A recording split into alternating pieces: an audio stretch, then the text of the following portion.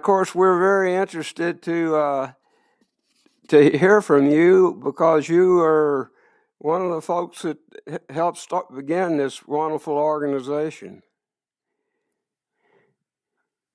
Yes, I was there at the beginning. Yes, sir, you are.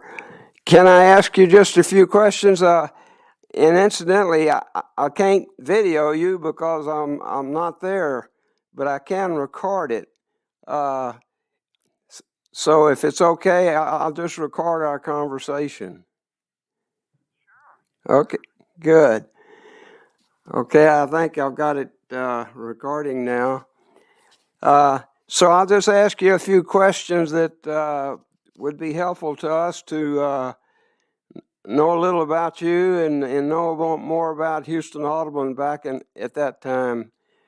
I'm interested to know what your day job was, who your employer was, and what your expertise was there. Okay, I worked for IBM down and I worked in our Federal Systems Division, and so I was located down there across the street from NASA, and worked on some of the NASA contracts. In fact, I came in to work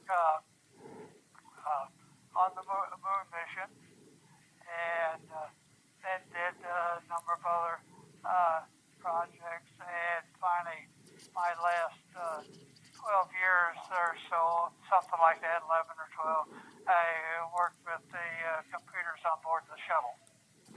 Boy, those were interesting times. And I retired February 1st, 1990. 1990. Okay. Gosh, that's fascinating. What, well, in the middle of all that, what happened that brought you to be the president of the Houston Audubon Society? Well, that's quite a story in itself. Armand Aramati, I'm sure you know about him. Yes, sir. And Armand was, he probably was the original conservationist in Houston, among other things. And I had first met him through the, it was called the TOS, Texas Ornithological Society, in the early 60s. He was president of it, and that's when I lived in Beaumont at that time. Okay.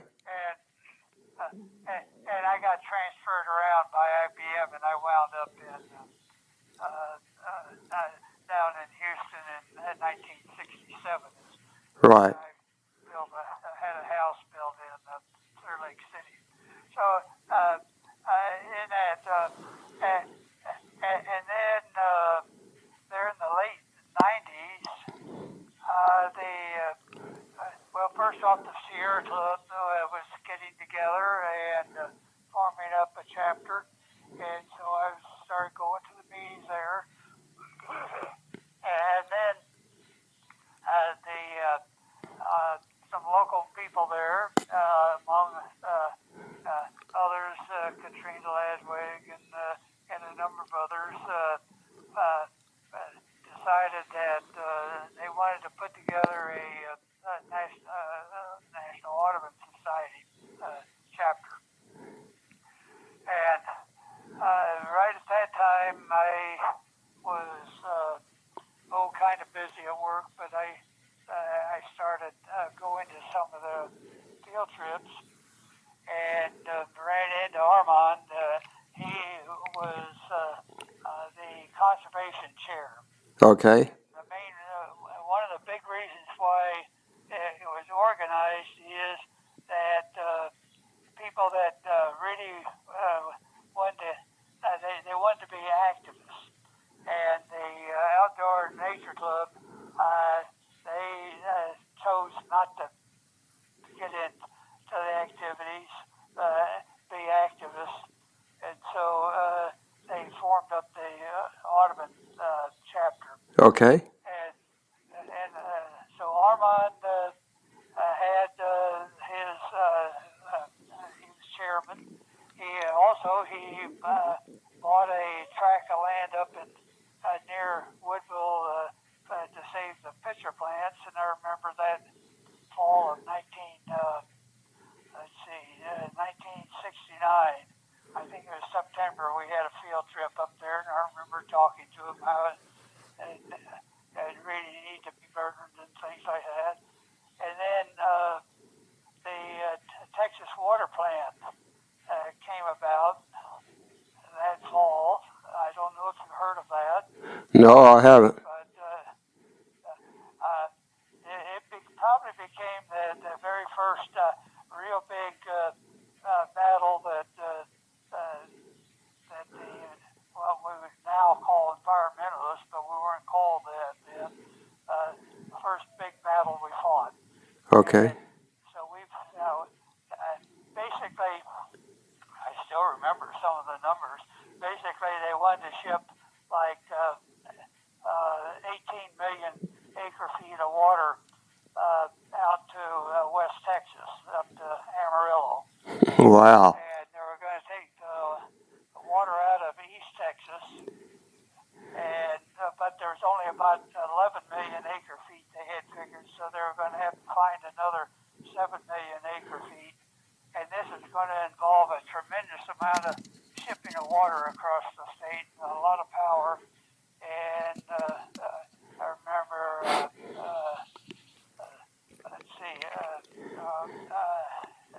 Terry Hershey. I had a friend who was an engineer and figured out. He was from Egypt, and so he was used to having to transport water around. Figured the pumps had never been built that would be required to get that amount of water out to West Texas. So anyway, Armand found some people there in Houston, and I remember we were meeting. That was in November and December of 1969, and here we are, about a dozen people sitting around this great big table working on trying to defeat this. And somebody said, well, we need some money. And so we all, when you dig into your pocket and commit your $10 or $20, you're really committed. And so this handful of people, somehow or other, we got the word out around the state. Armand really helped get that out, and we defeated it. The Texas water plant. Wow. So, and then I met up Armand. I met up with him later on that month on down the TV Association, something about air quality.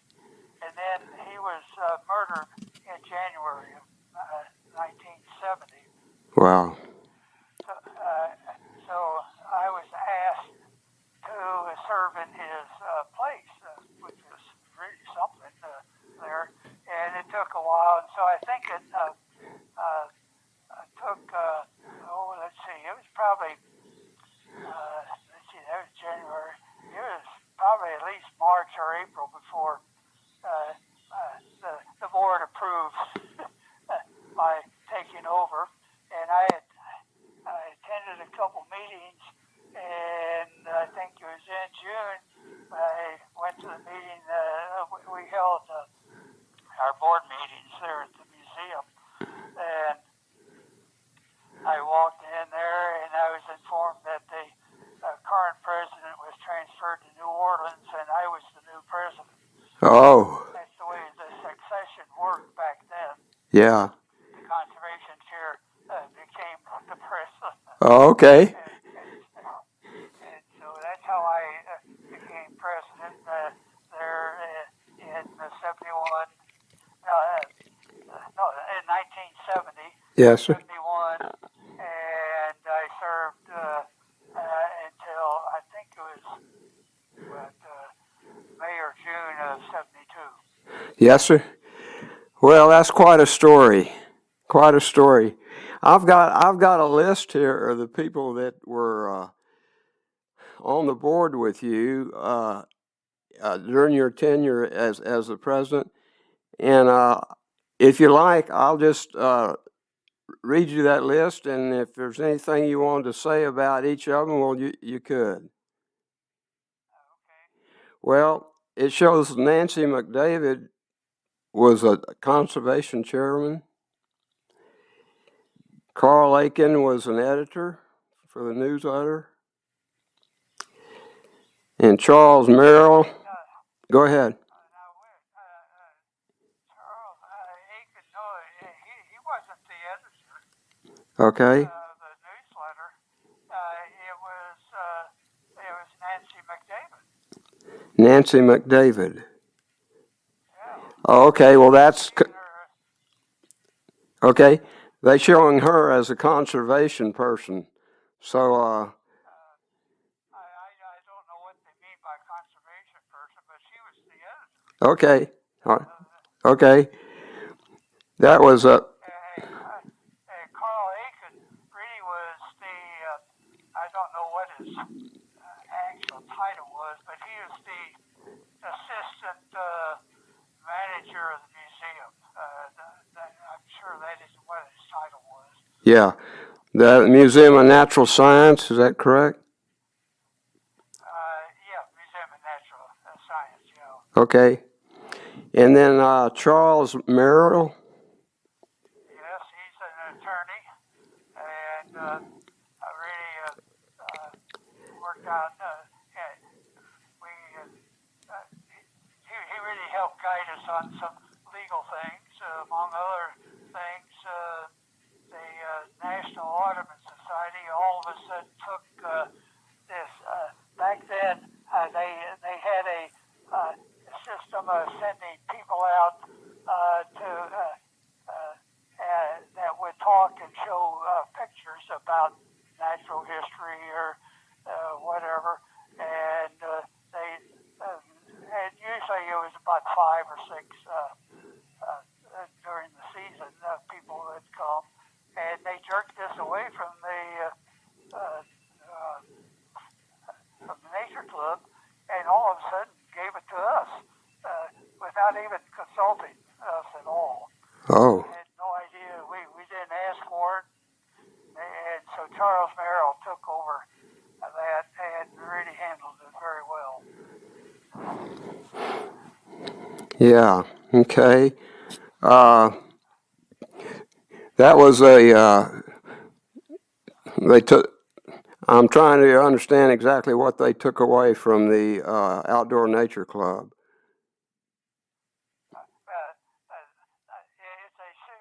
It's a series of lectures.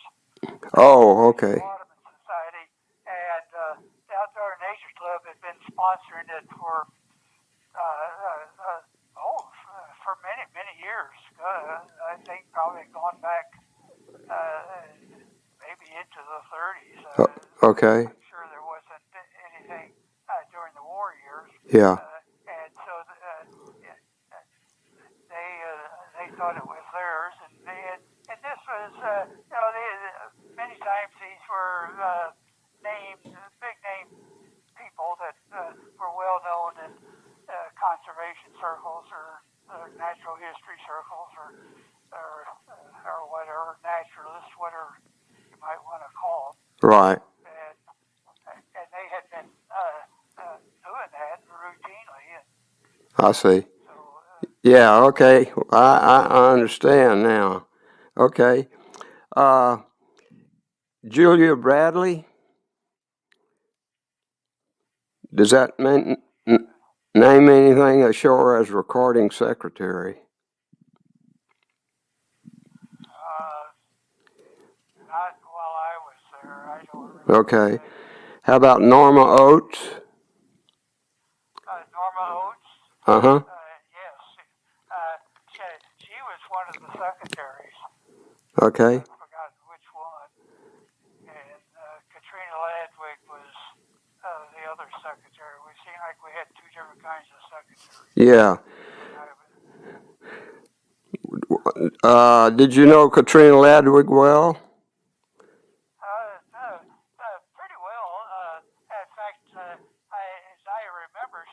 one that talked to me about stepping up to take over for Armand's position. Okay. And of course, her daughter, Laurel, lives here in Albuquerque, Okay. and I'm in contact with her. And Katrina was a biologist by trade, was she not? By education?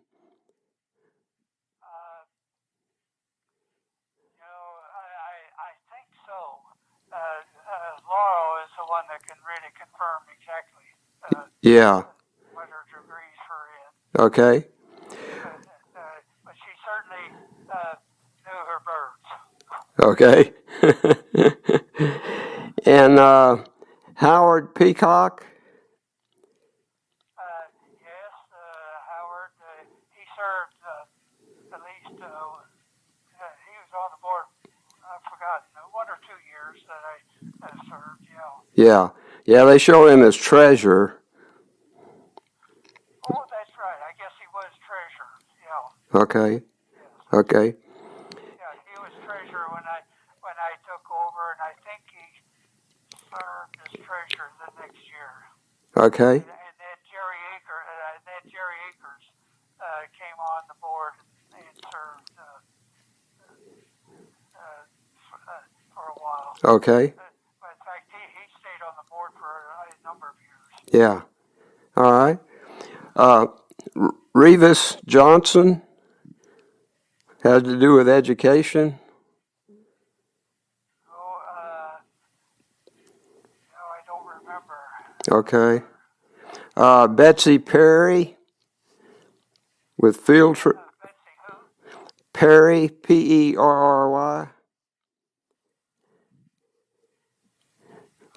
Field trips. She probably was at the very beginning. Yes, we had an active leader of field trips. Yeah. In fact, that's how they really got to know me, because I started going on them, and then a fella started showing up in this old World War II Jeep, and he would just roll over and was very quiet. I finally got around to talking to him and discovered he lived close to where I live, and he'd probably been coming close to a year when I finally found out he was an astronaut, Bruce McCandless. No kidding. And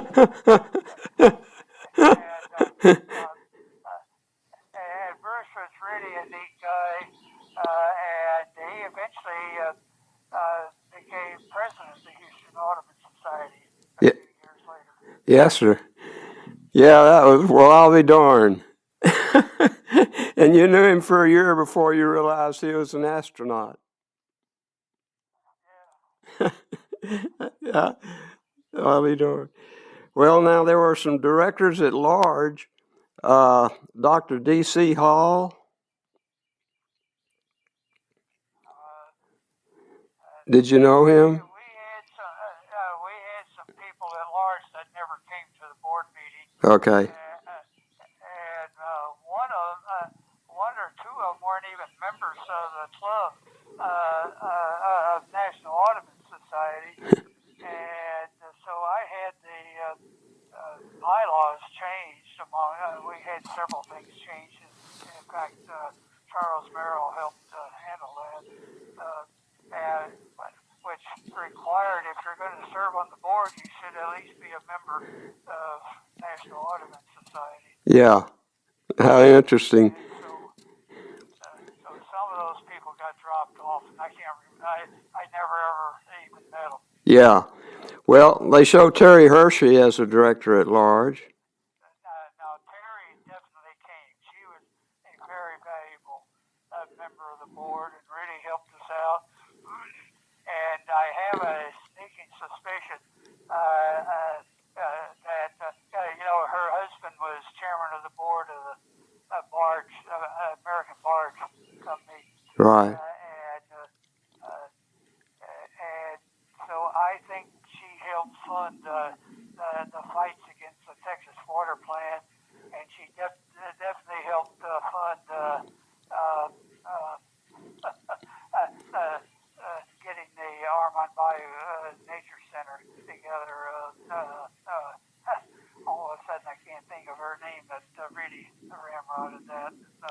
Yeah, Terry Hershey, you mean? Oh, Well, no, Terry Hershey, she just helped fund the person who oh, wrote that. okay. Yeah, okay. But remember, back in those days, to call long distance, uh, 3 minutes was $2 or $3, and every minute afterwards could be another dollar or more. It costs a lot of money to talk on the phone, and she put a lot of hours on the phone every month, and I think Terry helped that. And then also when I took over as conservation chair, having a meeting place is very difficult in Houston. So she volunteered her house, Okay. and my she gives me the address. I'm driving down there. It turns out it's in the River Oaks section. It was a very, very nice home. Yeah. And so we gathered up there for the conservation committee meetings for at least 3 years, I think. Wow. Okay. Well, Terry was there at the very beginning and for all her life. She's very, very big in respect to conservation in Houston, Audubon. Yes, and I was looking at a map of Houston. They named part of the bayou for her too. Yes, they did. They did indeed. Did you know, how about Dr. Pulley? He was a director at large. He might have been one that didn't come. No, Dr. Pulley. Uh-huh. T.E. Pulley. No, I think he came. Okay. Then we had another doctor. He was an MD, David Merrick. Oh, I don't think he owned. Did he? I'm not sure if he served on the board or not then, but I got to know him real well, and he was a neat guy. And after I stepped down and told the conservation committee for several years, and then there until I left, I would help David with the Audubon Christmas count down at Freeport every year. yeah. Okay. Yeah, they don't show David as being on the board, but I know he was quite an activist. Yes, he probably came on the board after I left. Oh, okay. Okay. But we all those early years though he was a very much of an activist and very, very helpful. Yeah. And Dr. Margaret Sullivan was on your board at one time? Yes.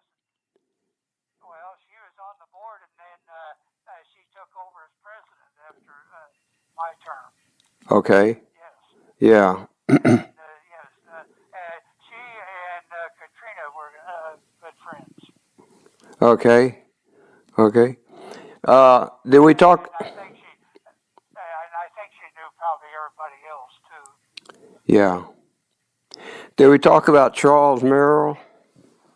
Yes. Okay. Yeah, we did, didn't we? They showed him as vice president one time. Well, that's the list of names that I had. Let me ask you, what was the central challenge in the task of at that time for Houston Audubon? Was it What was what? I'm sorry. well, what was the central challenge? What was the central interest? Was it advocacy, activism, or was it funding, finding money? Well, it certainly was activism. Probably the first lawsuit ever filed was over the Wallaceville Dam against the Corps of Engineers, because that was probably the first suit filed and that they needed to work better on their environmental impact statements. Yes, sir. Yeah. Are you familiar with that? Uh, They were.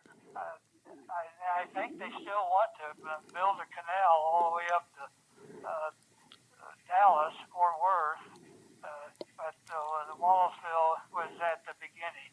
right. And I understand, although we won the battle but lost the war, and that the gates for the locks were dug up out of the mud and are in place there at the mouth of the river, and they reconstructed the dam, and I guess it's in place.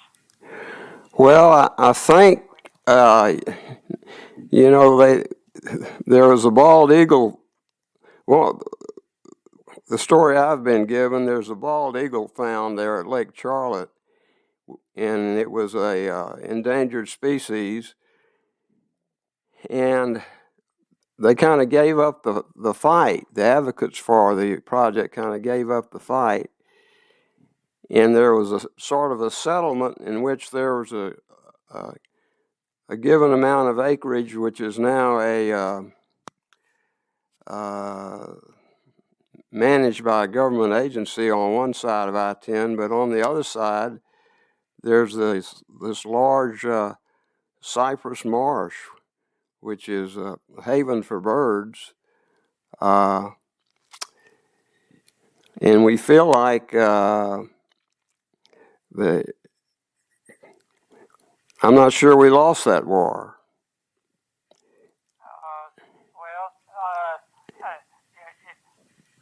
You definitely lost over the Wallaceville Dam, because Wallaceville Dam was built at it stopped all the breeding of those aquatic things that breed in salt, Right. salt fresh water, Right. and then go on out into the Gulf. And so the way the Corps justified it, that they would get it would make $50,000 for freshwater fishing, but they forgot about all the other things that benefits would come from it.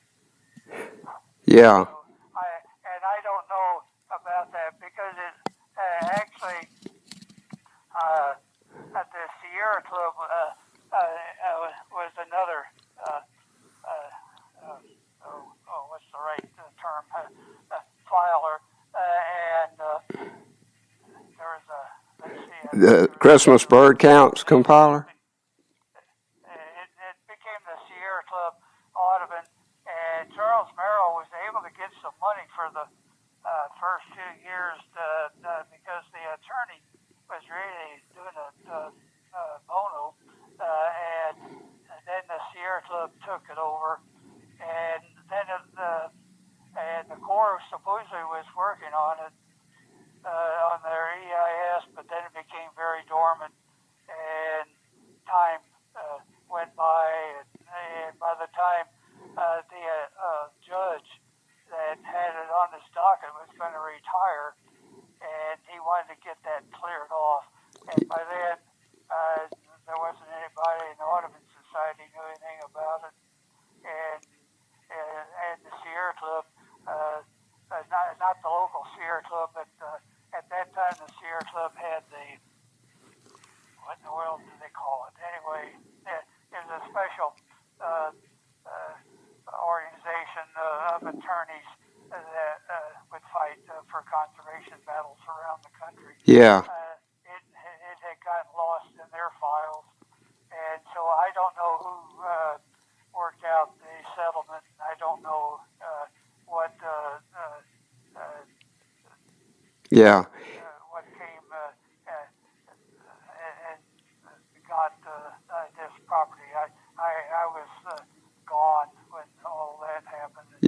don't know anything about it. Yes. Well, you know, I'll look into it, and if I can find out any additional information, well, I'll send it to you. Some other thing we got involved in was the Big Thicket National Preserve. We went over there and supported those people, and we would have hikes over there too. And let's see, there were some right offhand. I can't think of. We were involved in several different things. Yeah. Okay. And of course, our meetings were designed for educational purposes, and so it was a multi-front. Now, I think when I took over in 1970, Earth Day had just occurred, and I think the membership was like 500 people or something like that. And within a year and a half or so, it was up to over 1,000 people. Wow. In our budget, we had a great big sum of, I think, about $1,000 to work with. Wow. And about $700 of that went for the newsletter. Yeah. Yeah. It was. Now, the advantage of that is that you don't have to worry about getting into some really big, expensive fights. You don't have the money. Yeah. Yeah. Well, they certainly did well on a skimpy budget. uh, let me ask you. Let me ask you about a little more about National Audubon. You mentioned that they came down and they gave lectures. What was the extent of their activities in Texas at the time? Did they do anything else? While I was president, they hired somebody that became I don't know what his official title was, the executive director of National Audubon for Texas. He never came to visit us. Apparently, he was there to report back to National. He wasn't there to work with the chapters. But Carl Aiken apparently knew him, maybe from college or something. I don't know. I knew him, and so Carl Aiken would come back and tell us how poorly we were doing as compared to New Orleans. We certainly didn't help things out. So, Oh. but he never ever came. I never ever met him. And let's see, there were some other things too that happened. See, one of them, National Audubon sent down an old timer from who was a supposed naturalist to talk to people about the Big Thicket, and never ever came and talked to us. And so the magazine article had a lot of misstatements in it. I had to sit down and write a letter to try to get it corrected. They conveniently lost that on their desk for a year, and I finally heard from them saying, well, it's old news, so they weren't going to do anything about it. Oh. We were raising money for the Armand Bayou Nature Center, and National Audubon was trying to raise money for the palms that are down there in the very down near Brownsville, if you're familiar with them. And they got upset because we didn't help support them, and they came into town. They were trying to raise money the same night we were trying to raise money for Armand Bayou Nature Center. Yeah. They completely ignored us on that. And let's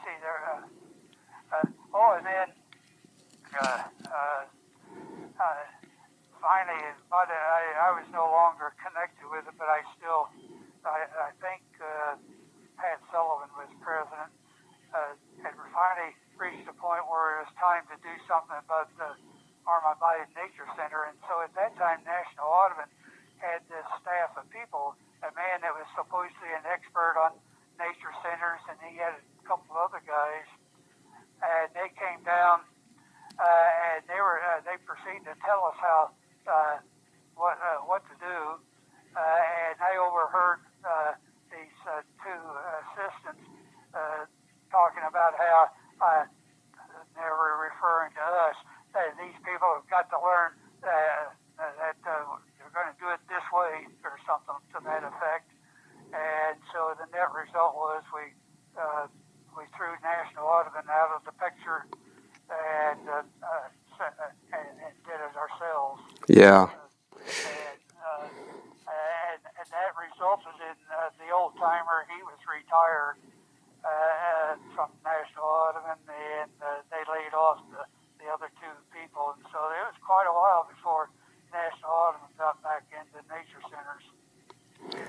Well, that's interesting. It's something that's a continual conflict of interest, unfortunately. We worked with Audubon, Texas, on the coast in a number of things very well, but there's always some little tension there when it comes to funding, money raising. Well, is there anything else that we should talk about? Anything else you'd like to say?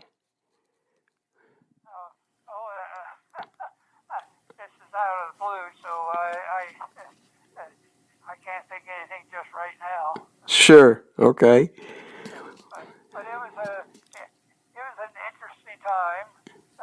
That's when the Earth Day had just occurred, and then the decision to make Earth Day an annual affair, and people were really getting interested. It was just right when women really were starting to go back into the workforce as professionals, and people also were having some spare time, and so there's a lot of interest in the whole natural world out there.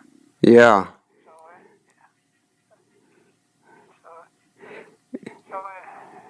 But no, I think we've kind of covered everything. Okay.